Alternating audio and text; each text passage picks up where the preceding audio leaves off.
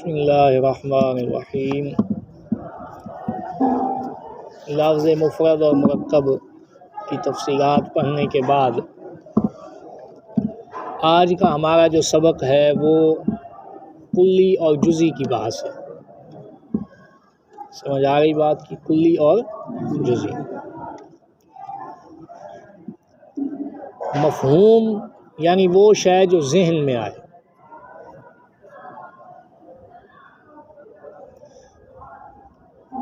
اس مفہوم کی دو قسمیں ہیں، مفہوم جزئی اور مفہوم کلی۔ یعنی کسی بھی شے کا جو مفہوم ہے، ما فہم من، جو اس سے سمجھ میں آتا ہے بندے کو، وہ دو قسم پر ہوگا، یا جزئی ہوگا یا کلی ہوگا۔ جزئی وہ مفہوم ہے کہ اس میں شرکت نہ ہو سکے، اس میں شرکت نہ ہو سکے، وہ جزئی ہے۔ یعنی مطلب کیا؟ شرکت نہ ہو سکنے کا مطلب کیا ہے؟ یعنی ایک شخص سے معین پر صادق ہے، ایک شخص سے معین پر صادق، یعنی ایک شخص کی بجائے شے کہہ لو تو زیادہ بہتر ہے۔ ایک شے معین پر صادق ہے، وہ جزئی ہے۔ وہ مفہوم کیا ہے؟ یعنی کوئی بھی مفہوم ہے، آپ اس کو لے لیں، اگر وہ ایسا مفہوم ہے کہ اس میں شرکت نہیں ہو سکتی، کسی شے معین پر ہی سچا آتا ہے، اس کے علاوہ اور کسی شے پہ سچا، یعنی بہت ساری اشیاء اس میں شریک نہیں ہو سکتی، تو اس مفہوم کو مفہوم جزئی کہا جائے گا۔ کیا کہا جائے گا؟ جیسے زید، کہ اس کا مفہوم شخص معین ہے، یعنی یہ ایک شخص معین کا نام ہے، خاص شخص کا نام ہے۔ زید جو ہے اس کا مفہوم معین ہے نا، یعنی جب آپ زید بولیں گے تو اس کا جو مفہوم ہے وہ ذات زید آپ کو سمجھ میں آئے گی۔ اس کے علاوہ یہ تو نہیں کہ 10-15 بندے جو ہیں وہ آپ ان کو سب کو زید کہتے رہے، نہیں ہو سکتا نا، ایک خاص شخص کا نام ہے، تو لہذا زید کا مفہوم کیا ہے؟ جزئی ہے۔ مفہوم کیا ہے؟ کیوں؟ اس لیے کہ زید کا جو مفہوم ہے وہ شرکت کو قبول نہیں کرتا، بلکہ کسی خاص شے پر سچا آتا ہے، دوسری پہ سچا نہیں آتا، تو اس کو کہتے ہیں مفہوم جزئی۔ کیا کہتے ہیں؟ سمجھ آ رہی بات کی؟ کلی وہ مفہوم ہے کہ اس میں شرکت ہو سکے، اس میں شرکت ہو سکے۔ کلی وہ مفہوم ہے یعنی کئی چیزوں پر صادق آئے، ٹھیک ہے؟ وہ جس کو میں کہا تھا کہ شرکت کثیر، جس کا نفس تصور شرکت کثیرین سے مانے نہ ہو۔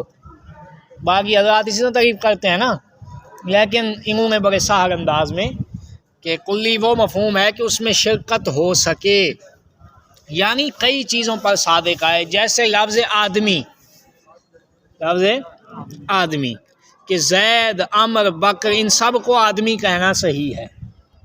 اب دیکھو آدمی جو ہے، آدمی یہ لفظ، اس کا جو مفہوم ہے وہ عام ہے، اس میں شرکت ہو سکتی ہے۔ زید، عمر، بکر، خالد، جتنے یہ افراد انسانی ہیں، ان سب کو آپ آدمی، اس لیے آپ کہتے ہیں یار وہ فلاں آدمی، فلاں آدمی، یعنی ہر طرف نسبت کر کے لفظ آدمی آپ بولتے ہیں۔ اس کا مطلب یہ ہوا کہ آدمی کا جو مفہوم ہے یہ شرکت کو قبول کرتا ہے، شرکت کو قبول کرتا ہے، اور کافی ساری اشیاء پر، کافی ساری چیزوں پر یہ سچا آ جاتا ہے۔ تو لہذا آدمی کا مفہوم کیا ہوا؟ مفہوم کلی۔ کیا ہوا؟ مفہوم کلی۔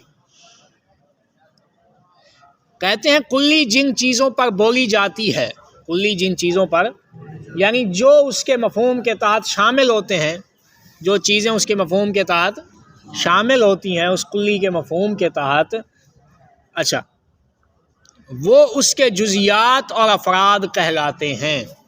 اس کے جزیات اور، یعنی مطلب کیا کہ کلی جن چیزوں پر بولی جاتی ہے، جن چیزوں پر کلی صادق آتی ہے، وہ اشیاء اس کلی کے جزیات اور افراد کہلواتے ہیں، ٹھیک ہے؟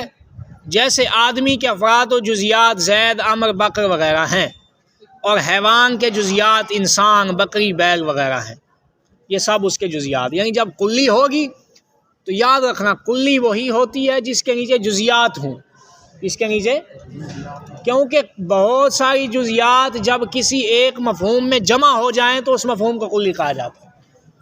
کافی ساری جزیات جب کسی ایک مفہوم میں جمع ہو جائیں تو اس مفہوم کو کیا کہا جاتا ہے؟ اس کا مطلب ہے مفہوم کلی کے تحت جزیات ہوتی ہیں۔ جس طرح آپ جب بولتے ہیں آدمی تو اس کے تحت کیا آ گیا؟ زید، عمر، بکر، فلاں فلاں، یہ جتنے آدمی جن پر آدمیت سچی آتی ہے سب اس کے افراد ہیں، سب اس کے۔ تو آدمی کا مفہوم کلی ہوا، یہ زید، عمر، بکر جو ہے یہ اس کے افراد و جزیات ہیں۔ اچھا، اسی طرح جب آپ کہتے ہیں حیوان، تو حیوان کے جزیات کیا ہیں؟ انسان حیوان کی جزی ہے، ٹھیک ہے۔ اسی طرح بیل، بکری، گدھے، گھوڑے وغیرہ، یہ جتنے بھی جن میں حیوانیت ہے یہ سب حیوان کے مفہوم کے تحت داخل ہیں اور حیوان کے جزیات اور افراد ہیں۔ سمجھ میں آ گئی بات کی؟ تو مفہوم کی ہو گئی دو قسمیں۔ مفہوم جزی وہ ہے کہ جس میں شرکت نہ ہو سکے بلکہ شے معین پر سچا ہے۔ مفہوم کلی وہ ہے کہ جس میں شرکت ہو سکے اور کافی ساری اشیاء پر وہ سچا آ جائے، ٹھیک ہے۔ جیسے آدمی کہ دیکھو اس کے تحت بہت ساری اشیاء آ رہی ہیں، زید، عمر، بکر وغیرہ، ٹھیک ہے۔ آگے جو ہے وہ ہے حقیقت و ماہیت۔ کسی بھی شے کی آپ لفظ بولتے ہیں ماہیت، حقیقت۔ حقیقت و ماہیت کیا ہوتی ہے؟ ٹھیک ہے، ماہیت شے کس کو کہا جاتا ہے، حقیقت شے کس کو کہا جاتا ہے؟ اس کو بیان کرتے ہوئے کہتے ہیں حقیقت و ماہیت کسی شے کی وہ چیزیں ہیں، یعنی حقیقت و ماہیت کسی شے کی وہ چیزیں ہیں کہ جن سے وہ شے مل کر بنے، یعنی کسی بھی شے کے لیے وہ چیزیں کہ جب وہ ملتی ہیں تو وہ شے وجود میں آ جاتی ہے، یعنی جو کسی بھی شے کے اجزائے ترکیبی ہیں۔ مثلا اگر ان میں سے، کہتے ہیں اگر ان میں سے ایک چیز نہ ہو تو وہ شے موجود ہی نہ ہو، یعنی کسی بھی شے کے لیے ایسی چیزیں اس کی ماہیت کہلواتی ہیں کہ جب وہ چیزیں ملتی ہیں تو وہ شے بن جاتی ہے۔ وہ شے اگر ان چیزوں میں سے کوئی ایک بھی ختم کر دی جائے تو وہ شے اپنے وجود میں نہیں رہتی۔ جو اس طرح کی چیزیں ہوں وہ اس شے کے لیے ماہیت قرار پاتی ہیں اور حقیقت بن جاتی۔ مثلا کہتے ہیں جیسے انسان، اس کی حقیقت حیوان ناطق ہے، حیوان، یہ اس کی حقیقت و ماہیت ہے۔ انسان کی حقیقت و ماہیت کیا ہے؟ حیوان ناطق ہے۔ اب دیکھو حیوان ناطق یہ دونوں ملے تو انسان، حیوان اور ناطق دونوں ملے انسان بن گیا۔ اچھا، ان میں سے حیوانیت کو ختم کر دو انسان رہے گا، یا ناطقیت کو ختم کر دو انسان رہے گا؟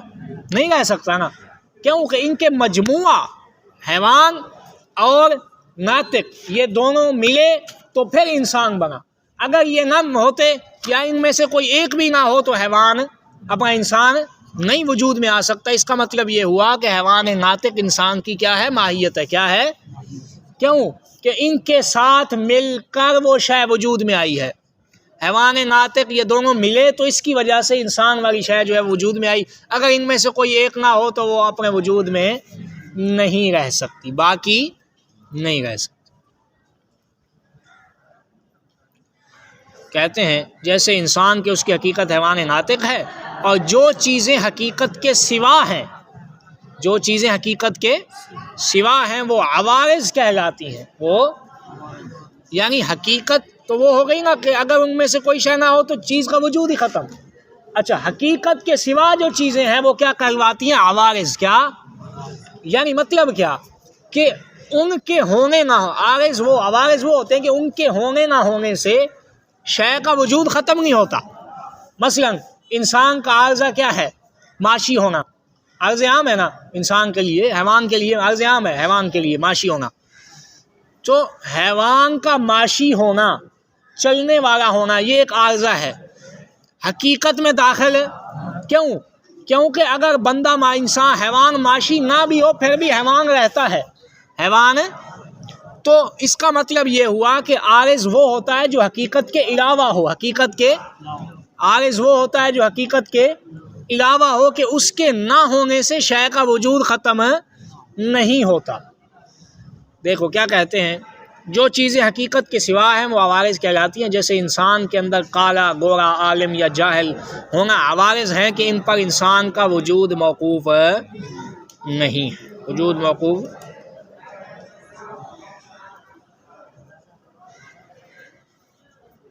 تو اب ہمیں دو چیزیں پتہ چل گئیں، ایک حقیقت و ماہیت اور ایک عارض، ٹھیک ہے۔ حقیقت و ماہیت کسی شے کی وہ ہوتی ہے کہ جس کے ساتھ شے وجود میں آئے، یعنی کچھ ایسی چیزیں کہ جب وہ ملتی ہیں تو شے وجود میں آ جاتی ہے، اگر وہ نہ ہوں یا ان میں سے کوئی ایک نہ ہو تو شے کا وجود ختم ہو جائے، تو وہ حقیقت و ماہیت ہوتی ہے۔